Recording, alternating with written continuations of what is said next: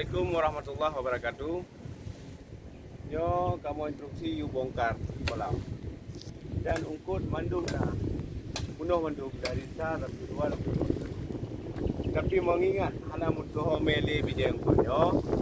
Dan kamu inisiatif sendiri kirim ke Pak Sekda. Ungkut yang hana muntuh mele. Mungkin Pak Sekda bisa solusi dengan kalau kirim bijeng-bijeng ungkutnya. Atau Pak Sekda sendiri atau di Langkrung atau Kiban lah.